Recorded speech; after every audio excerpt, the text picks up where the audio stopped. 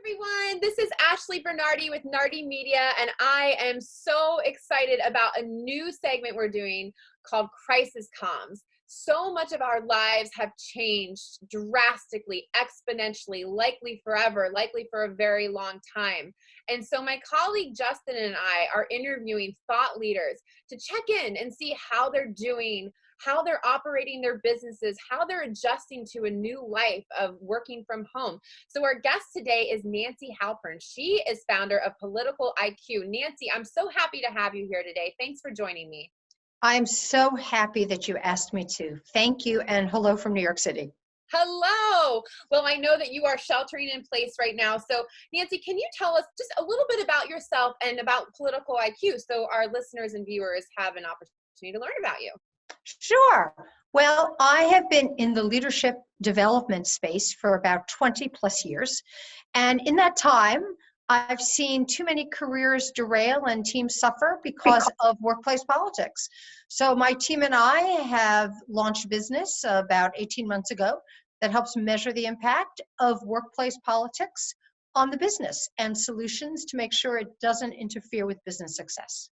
That is certainly something that I'm sure everyone can relate to that has worked for a large or small corporation. I mean, office, workplace politics, it's a big one. So it sounds like you're doing really important work. Well, thank you. I think so. And clients seem responsive because when I ask who here has worked for a place that isn't political, no one has. Nobody. Hopefully Nardi Media is the first. Exactly. And Political IQ is as well. Yes. Awesome. No politics. None. I love it. Great. Okay. So tell me, just how are you holding up with all of this change due to the coronavirus? You're in New York City, one of the worst impacted states in the country at this time. So tell me how you're doing. Well, I'd say it's tough, like it is for everyone. I find on the one hand, I never noticed how many flowering trees there are on Lexington Avenue before. So you see things you've never noticed. Strangers are having conversations, albeit at 6 feet distance. Mm-hmm. So there are those nice little touch points of things. But obviously, it's a desolate feeling time. And I think it's hard for all of us to stay focused and productive because of the uncertainty, but we're all doing the best we can. And there is some reassurance that we're all going through the same thing at the same time. Yeah, that's it. So what you said, it is a struggle right now to be focused and productive. What kind of support system have you put in place, if any, to help yourself try to stay focused at work with Political IQ? Or maybe you haven't. Do you have a support system in place for what we're experiencing right now? Well, I'm fortunate to have a great group of friends and a great group of friends/clients. Mm. So I find that reaching out to other people is not only a way to show care for them, but frankly, it's an act of self-care as well. Yep. To sort of fight that understandable isolation. And I'd say in terms of in support as well, I think we all should be practicing a lot of self-compassion in the healthiest ways we can. So if you're going to have a day when you eat chips for dinner, it's really okay. I read something in the Times by David Brooks recently that said, airport rules apply. If it's 9 a.m. and you want a beer, go for it. I saw that too. And I was like, oh, okay, somebody gave us permission. Thank you. Exactly. Right. And you're not really going to do that every day and every hour. But I do think you have to. I think it's sort of unrealistic to think what you're going to do is replicate the normal cadence of the workday at home. And all those political issues of how you interact with colleagues, when everyone is sheltering in place, that all really changes. So I think you have to sort of accept that the old rules don't apply and no one knows what the new rules are. Yeah, so let's talk about a little bit about your business, Political IQ. How have you adjusted it? I know, we're very early. I feel like we're very early in this crisis and things are changing every day. So have you had to make some adjustments and what are they? Well, one of the adjustments I've had to make is to turn my thinking about how to manage your manager remotely, right? Mm-hmm. Right now we're flooded with content about how to work from home, how to manage your workforce remotely, how to use technology to do that. but I haven't seen anything about how to manage your boss remotely, Mm-hmm. because this whole notion of work-life balance doesn't exist right now, because your life is your work and your work is your life and your home is work, is your Yep. office, right? And so what if your manager thinks about that as an incredible amount of open time and fluidity? How do you manage your boss's expectations while you're struggling to focus? And that is a political question, because one day we will go back to the office. Yep. And problems you had before, you'll return to, right? It's like going on a vacation in a sense and thinking, I just need a break from all my problems. Mm-hmm. Well, we all know, right? As you go back, they're still there. Yep. So I do think it's a good time to really sort of be very intentional about what you tell your boss, about how you create some boundaries, because the expectations you establish now are going to follow you later. Yes, that's such a great point. So let's talk a little bit about you specifically focusing at work, at home. What are some, and maybe give us some, maybe tell us things that work for you that might work for some of our viewers.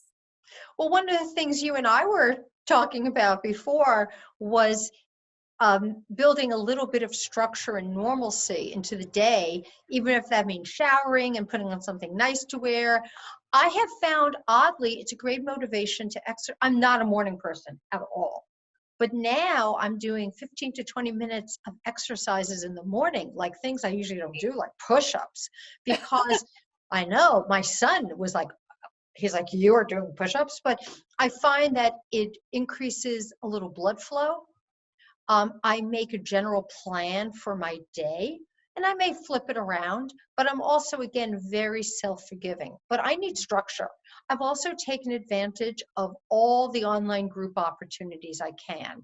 Right. You know, there are folks like Nardi Media who are doing some great online seminars and workshops for their clients and their friends. Corn Ferry's been doing a great series. My meditation teachers are doing a great series every day where 1,000 people dial in. So I think there's kind of, I know. And I've Who's your hosted. meditation teacher? I'm sorry? Who's your meditation teacher? It's 10% Happier. And Oh, they yeah, actually, great. yeah, they have a different teacher every single day for a 5-minute meditation. So that's cool. And I'm hosting virtual cocktail hours myself with friends Amazing. and clients. Just to be able to see a face, you know, and hear a voice is important. Well, first of all, we need to schedule a virtual cocktail hour. Certainly do, but not at 9 a.m. if that's okay. No. We'll wait, because I'm like you. I meditate, yoga, I get through my day, and then it's like, okay, I want to see, you know, my friends and family and colleagues. All right, so I'm also curious for you, Nancy. How do you see this change, and we can call it a crisis because I know it is a crisis. How do you see this crisis impacting the way you do business in the future, or maybe the way your clients are doing business? I know it's hard to look into a crystal ball because we really don't know, but how do you see it changing? Or maybe you're not sure yet. Well, I'm definitely not sure, and I think anyone who is sure is lying. Right. I have found it very difficult to really talk business last week and this week. Yeah. And so I think one of the things, because it feels very self-serving and pushy to do that at a time when I know people are very distracted and fearful. So I think it's an important time to take, when you're running a business or you're in business, to take the lead from your clients. There's something about being present for your clients and not invisible. And that can be just checking in to make sure that they're healthy and safe.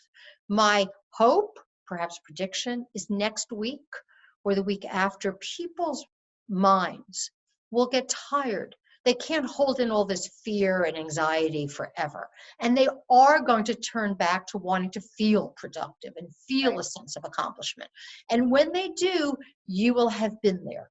So I think it's really important, if you can, not to pull into yourself and cocoon so much that you're not visible and in contact and in other people's lives.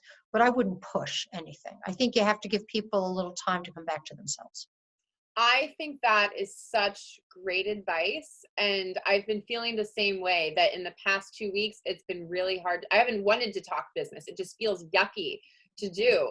And I'm more concerned about, hey, are you healthy? Is your family okay? Is my family okay? Because that's really what it comes down to in these moments where we're really just trying to navigate a new way to survive and we're not sure. And I think that's just really sound advice for anyone who's listening here. So thank you for that. Nancy, where can we find more information about you and Political IQ? 2 websites. One is getpoliticaliq.com, which has a lot of information about the model and the dimensions and the behaviors of political dysfunction. And also nancyhalpern.com, which has my client list and press citations and case studies and a lot of other resources. Amazing. Nancy, thank you so much for taking the time to speak with me today. And for those who have been watching and listening, thank you so much. Again, I'm Ashley Bernardi, founder of Nardi Media, and this is a new segment we're doing called Crisis Comms, because we want to be here for you, for our colleagues, for our friends during this time. And if you have anyone you want to recommend that we speak to, please reach out to me personally. I'm Ashley at nardimedia.com, and our website is nardimedia.com. Thank you so much. And my colleague Justin as well. He'll be on next time, but this is something we're doing together, and it's really fun. So thank you, Nancy, and thanks everyone for watching. Thank you, Ashley, for everything you do. I really appreciate it.